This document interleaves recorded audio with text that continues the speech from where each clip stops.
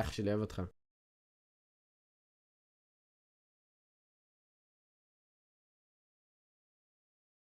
Jogando. Eles estão ali buscando os pontos de colocação. Eu sinto. Isso daí eu já estava esperando, tá, rapaziada do Brasil? O Kids e o Pegazinho, eles é assim, joga o primeiro dia, parece que. Vamos estudar aqui.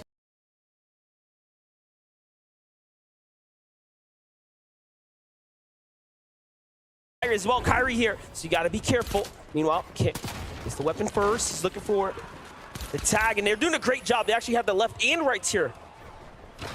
Buying just a little bit of time here. Seti also, a couple of weapons at his disposal. Tactical DMR, Infiltrator Puck as well. Stain trying to do his best to pressure from the bottom of this barn. It's going to be Stain actually eliminated first. A nice tag team appearance there from Cammy to get the backup necessary. And that's going to be Stain and Datas eliminated yet again so early on, MDF, and we're already in game 3. Yeah, this time extremely quick. They secure the eliminations here. Meanwhile, 7th man and Cal Gamer versus King potentially unfolding here.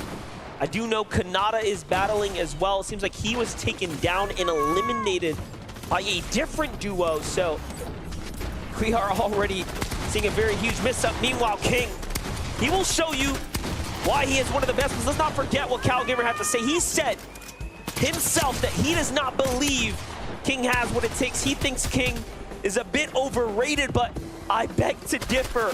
We have seen what he can do in person. We have seen what he can do in just clean head-to-heads in a box fight type environment. He's incredible. It's literally what King established his name on, was his prowess when it comes to box fight match opportunities. Here again, King looking for his chance to take down Cal Gamer. Cal Gamer actually gonna look for a brief retreat here though at the Relentless Retreat. I like it. Seems as though he wants to try and look for some better weaponry or possibly even just looking for a different position altogether. Yeah, upgrade will be important and massive there, especially since he's running out of material there. The Shaka, meanwhile, Zagu, Peppo, they had the knock, but they didn't get the finish. That's going to be a big mess up. Big mistake, big opportunity lost, but Zagu finds another tag here. Meanwhile, looking for the big opener. Another one there. Okay, chipping away, but nothing significant this time. That is massive, though, for Skitz and Sora, that Skitz was actually able to find that revive in the heat of it all. Is now Peppo, Zagu. A few Shieldbreaker EMPs. Curious to see what Zagu actually chooses to do with these. He's gonna opt to try and maybe apply some more pressure onto Skitz and Sora with them, or if he's just gonna hold them for the time being. But Skitz, now fully aware of the fact that Zagu is trying to break down his wall, continuing to replace build after build. Skitz with the peak, Zagu with the damage taken. It's gonna be Skitz and Sora still looking to try and capitalize on this circumstance. Now be careful though, backing themselves up into an indestructible corner. And you can hear the crowd really starting to turn up right now. Big augment though, that was just picked up. That rarity check could go crazy, depending on how. I believe it was Skitz that might have opted for it. Saw him, one of those common weapons. Zagu, back to full shield though, but did have to expend both of those big pots, and this battle's taken quite some time. Business turret quickly taken out. And Zagu tried to place there, his pressure on Skitz. Oh, I think he's going to be feeling really confident after that one, but Zagu now completely out of material here. He does have to be careful.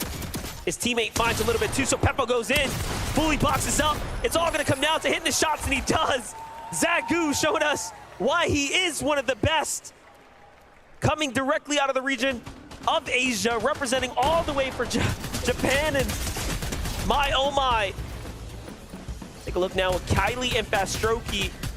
Man, they're just mixing things up. Constant trades for the most part, but for Strokey and Kylie here at Stevie Springs, south side of the map seems to be working out relatively well for them so far, having that elimination already, and now that's going to alleviate a decent amount of pressure here for Strokey and Kylie. They don't necessarily need to fully push in just yet. They can really wait to see how they want to actually choose to try and reapproach here, but they're not the only team to mix things up a bit, as now Misha and Teeny just above Bryce and Chubbs. And they might be looking for an opportunity to find an Elim or two here. This is pretty interesting because Tina and Misha definitely have been having a tough time against Baka and Pars, but Bryce and Chubbs have been jumping in that battle as well. It has been a three-way engagement here at the Shady Stilts and around. So Tina and Misha trying to mix it up, saying, all right, what can we do different? How can we adapt here? Clearly, they made it to the upper bracket, right? But having a tough time so far. Might be looking like a Saturday appearance if they can't turn up and turn up soon. Meanwhile, Miro might be stuck in an engagement up against Mshari is, well, a forced retreat actually. Cooper, very accurate. Some of those twin mag shots. Miro leading the charge up against this solo. And it seems like it's only a matter of seconds before Mshari is completely collapsed upon, doing everything in his power to try and stay alive just one moment longer to see if there's somewhere that he can build off to actually scurry away and escape. But Cooper and Miro, they are relentless. They refuse to let this opportunity go. And it's going to be another 4 points by the way of Elim as they finally close out on Mshari. You got to respect that right there. Cooper all the way with the initial opener and then the call out, setting up Miro for successes.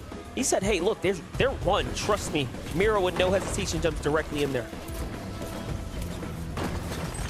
Things are looking pretty good, though, so far for Threats and Buga over at Sanguine Sweets. It does seem as though they managed to get their way into the vault. That kind of Stinger SMG certainly gonna come play a pretty big part there for Threats whenever they do decide to engage. And a few more battles later on.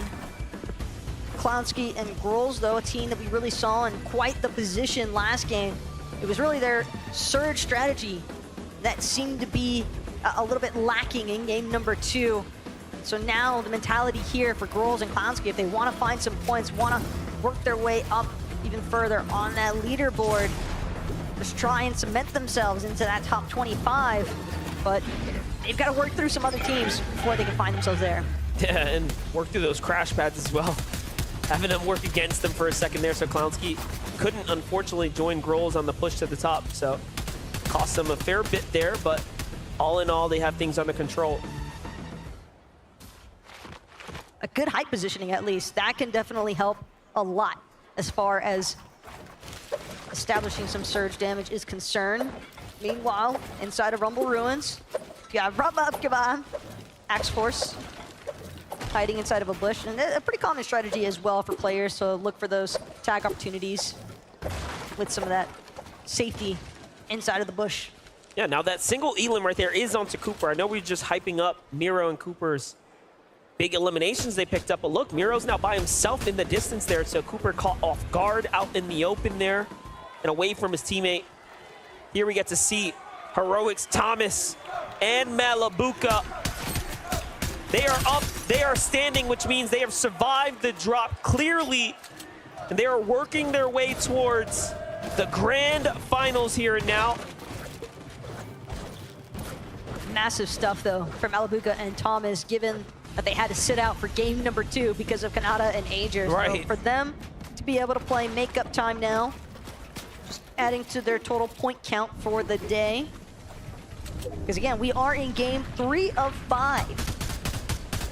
So this is, I think, technicality of a halfway mark for a lot of these teams, and this is where you can really start to see the consistency that needs to be maintained come into play. Yeah, one might say this is the most important game of the tournament here. Between game 1 and game 3, I mean, either you set yourself up for success or you turn things around now and come out a victor. And by that, I just mean top 25, right? That is the goal today. And then, of course, Sunday, get as high as possible, make as much money, and be the winner of that $1 million first place prize. Here we got Pink and Vico. I know we're hyping them up. Definitely a team that has had a lot of success. Although, again, playing off the scrappy drop, but look, they find themselves finally fighting Acorn and Cold. True, but they had CalGamer and 7man also on the opposite end of them. It seemed as though they were kind of sandwiched in that position. So, might be very tough circumstance for them to actually work around, and as well. Here in the heart of Mega City, you got Flixie way up top on the building. Grippe seems as though they had a successful battle because Flixie, with one elimination, looked as if he just got the opportunity to revive Grippe there as well. But now, from this aerial point of view, opportunities to use these grind rails if necessary for a quicker rotation, but Mega City seems to be relatively safe for the time being. And the way Flixie keeps looking down leads me to believe that he's got some form of idea that Suns and Anon are the team directly below him. Just outside of the Mega City, King and Phaser Cam here. Very interesting. They've had a very long track from the Relentless Retreat till here. No elims just yet, but this is a perfect time to go ahead and catch up 11, so let's hear the word. Thank you, Mo. So like you see, no elims. We obviously saw at the start of the day, CalGamer had a lot to say about Phaser and King's ability. He thought he weren't too good. And King said the same. He thinks they're not as good as they say they are. But these two teams have been going head to head, not full engagement, but still both teams looking to try and set up for fights where possible. We see them sort of pinching and peeking towards each other at times. And what's happening is that they're both disengaging, right? Neither team currently sit in that top 25. So one of these two teams is going to have to start to step it up if either of them are going to be making out of Relentless Retreat and making that vote useful. Thanks so much, Levin, for that breakdown on whether or not it's going to be CalGamer 7-man or King and Phaser. That's going to be the team that finally breaks through from that initial drop spot engagement. But again, with teams just actively choosing to disengage, have to believe that part of that reason is because they don't want to risk being early eliminated in match 3. Acorn cold though. They've got some eliminations on the mind because they want Pink and Vico if they can find it. Cold now applying some pressure onto the backside here. Pink and Vico certain to have to keep an eye out for it. Cold though just continuing to move around some of these top tier builds. And Acorn, Cold, slight lull in the action as they try to make sure that their approach is as methodical as possible here at Frenzy Fields. And of this duo here, the highlight player was definitely Acorn in match number 2, where he really went the distance in the end when it mattered, but I'm sure if he can do it one more time, it should be all but solidified inside that top 25. This has been a great showing so far, and again, contested. Half the loot he would expect, half of what he would really want. So to take out Pink and Vico, to send them back to the lobby, to not see them on Sunday would be excellent. They could make a run as grand champions. But what's interesting is that at Frenzy, keep in mind, CalGamer and 7-man were there as well, but they weren't when we last checked in just now. So have to imagine that CalGamer 7-man recognizing, hey, this just isn't the type of engagement we want to take right now, just like iDrop as a solo, trying to see if he can gather anything from Rift Island. If he's able to get this capture point uncontested as a solo, that will be absolutely incredible. Yeah, and you know, it's worth 15 points, so it's definitely the position you want to jockey for. Not a single other team has decided that they want to come up here. This could be his lucky, graceful moment here, but no, there is a duo just above them. Could iDrop build a big enough base here to buy him some of a flex, potentially? Oh no, it seems like the team's actually underneath. Okay, but we jump in with Queasy. Queasy's hurt here. Vino, pretty healthy. They have to double down alongside one another. It's Kylie and Fastroki. Kylie and Fastroki went south this game, had success down there, and now, because of that, inevitably, it puts them on the pathway, the war path of Vino and Queasy. That was a big shot, though, that Kylie just landed onto Vino, took down his shield almost entirely so.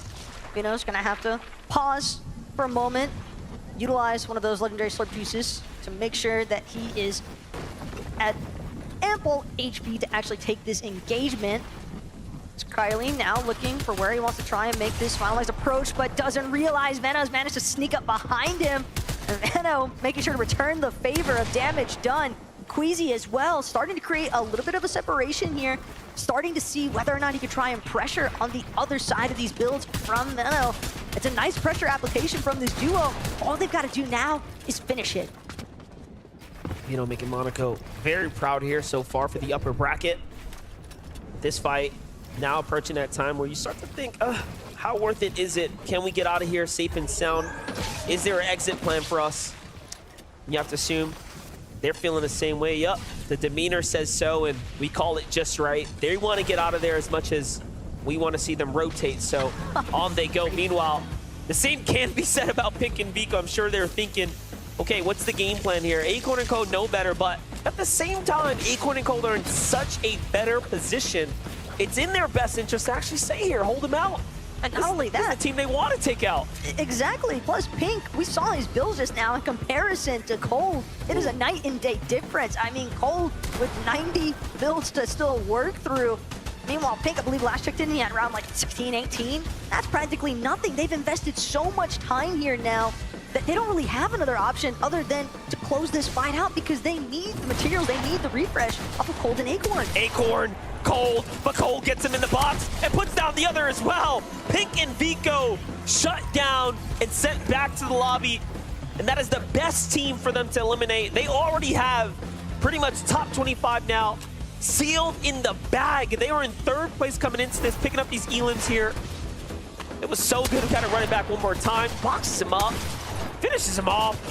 This is how excellent Cold is in the pocket. Well played. It just did not seem as though Pink and Vico are ready to tackle Cold from that position, but being towards that Frenzy field side, they're gonna have a great opportunity now for Acorn and Cold to make an approach towards the zone from the dead side rotation. So curious to see how that actually pans out for them later on.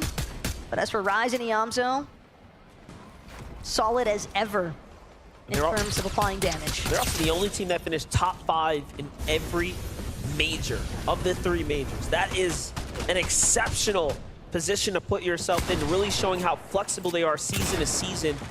It also shows you they might just be the team this weekend. They might just be that team, but let's jump into the action here. Malabuka hurt, 3 HP, forced down, and the pressure unrelentless. Coming in from the Middle Eastern team, Rapid here, really pushing back. They've already claimed Thomas. And Malabuka wants nothing of that. The ME boy says, hey, listen, you're up. Sit down. We got this. Absolutely insane, though, just how quickly Malabuka was able to escape from that position, because it really looked as if QNE and Rapid were about to finish off this duo. But with Thomas being out of the picture, Malabuka, granted, we know that he's capable of making those solo clutch circumstances happen, but with so many power hitters left in this lobby as a team, that solo spot not looking the best. Vanyat, Karmi, absolutely scary, scary duo right here. Some of EU's greatest. Very hard-working duo here. Takes the Tini.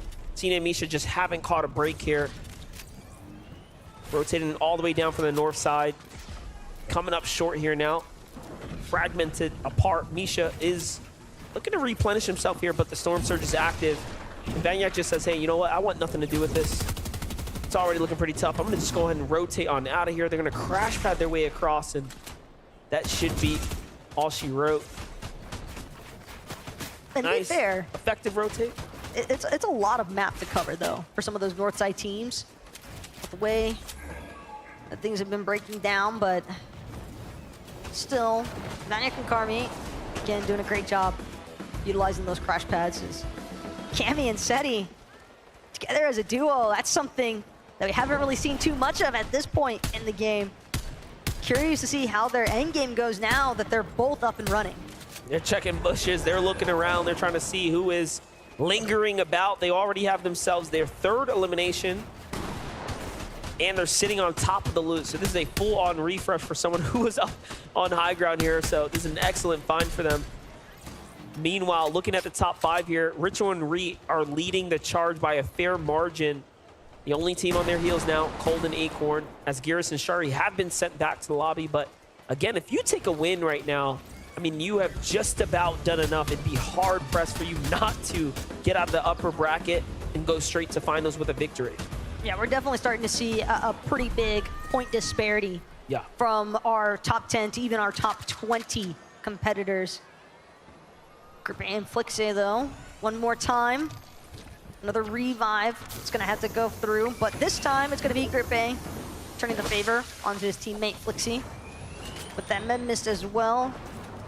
Seems Flixie is going to be just fine for the time being, but they've still got to keep pushing forward. They still got to keep trying to move in, try and stay ahead of these zones wherever possible. But 2 revives into the match already, Monster. You can tell that they're definitely having some tough times with making these rotations.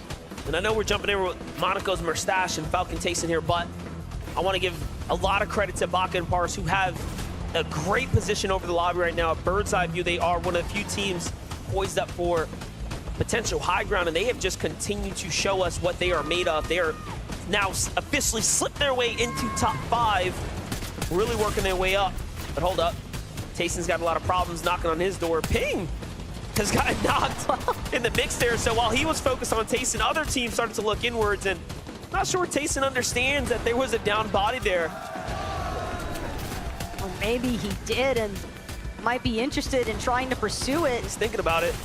Kyrie hoping he can get There this it all is. thing in time, but it's going to be too much from Tayson. Interruption on that revive. Now it's Tayson and Mustache seeing if they can finish what somebody else had started. They managed to get the material refresh, the item refresh as well if they wanted. There for the taking, and Tayson will swap out for that double legendary slurp juices. But Mustache and Tayson still powering through some of these builds that have already been pre-established here, and that's just a freebie for them. Yeah, it's all in all a net positive. You get the damage that you need.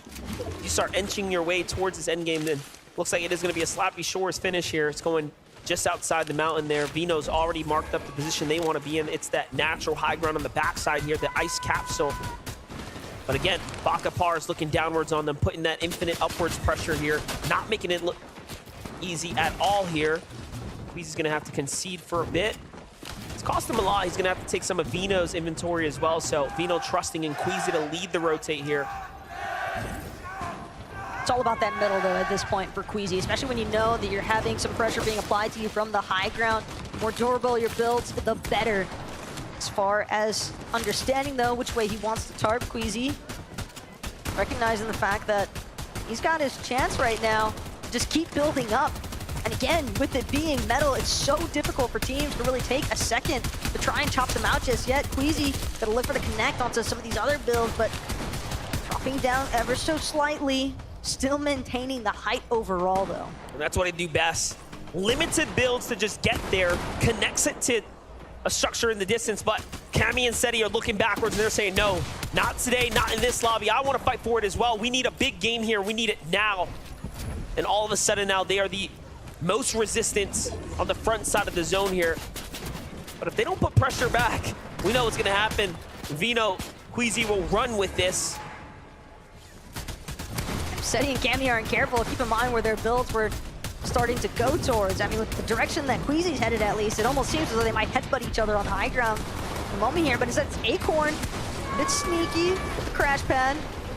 But he's continuing to hang around. He wants that front side of the zone, but hanging just on the edge of it. And I just love how we're seeing, again, NA's best and EU's best, right? Back to back here, 2 different perspectives, 2 totally different layers.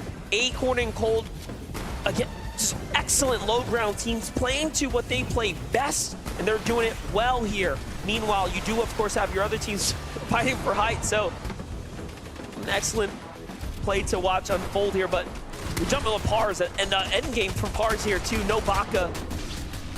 The least amount of elims we've seen so far, but it is a single one, so far of the 3, they put up numbers every time. Now we jump in with Muzz and Paper, turning online right now, 6 eliminations. Could this be their game? One big pop-up will put you up in that top 25, surely. It's been a relatively quiet day for Muzz and Paper so far, so this could be a massive moment if they're able to seize it. Sitting on the low ground, though, Acorn and Cold. They can tell there's players trying to make their way around the edges next to them. 2 crash pads remain here at Acorn's disposal. Cold following closely behind. Cammy and Seti, though, they seem to be making an idea all their own. Oh, this is crazy. From the backside here, they find the tag, and Vino's hurt. And this might be the new high ground. Cammy, Seti coming in out of nowhere, and they swing things around. Queasy's hurt. Vino's fully healthy, but no! Things change so quickly. Acorn and Cold finish him. And now Queasy's by himself, but it's still excellent endgame for them. They're going to be happy with a top 10. Meanwhile, Paper and Muzz continue to force their way in here. 8 elims now, probably the most that are alive at the moment. Trailing behind another team, and Paper's gonna fall there.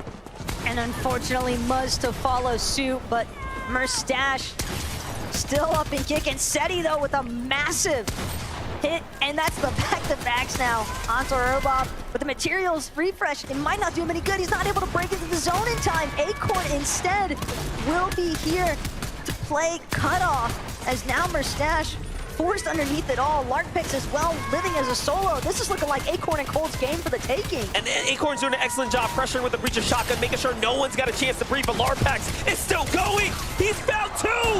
That's 11 eliminations for Larkpix on the low. But NA takes the game. Acorn and Cold, the shrug. He's making it look like it was exactly his plan. It's just too easy if you're Acorn and Cold. But the best part still is that moments away from figuring out just how the day is actually going to wind up. And we've got our very own Frankie down on the floor to see what they have to say. I do. I'm so excited to talk to these guys because they're known for one of the most consistent placements in all of the games that they play.